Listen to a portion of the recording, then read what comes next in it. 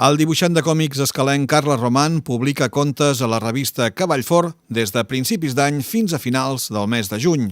En total són 12 entregues de 4 planes cadascuna, en una adaptació personal que ha fet d'un conte de Stevenson, El diable de l'ampolla. És una aventura on es barreja l'estil clàssic del còmic o de les històries d'aventures de Stevenson, que és l'autor original. Això es tracta d'una adaptació que he fet jo, i també hi ha molt de misteri, hi ha una part romàntica, hi ha intriga, hi ha una mica d'acció. Trobo que és una història molt completa i llavors jo crec que s'ho passarà molt bé.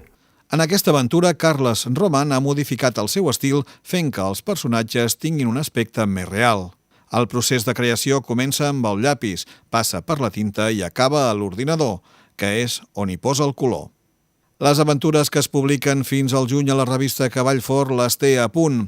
Ara mateix treballa en un àlbum amb històries dels 2 personatges d'Empúries de creació pròpia, Fabi i Fadó.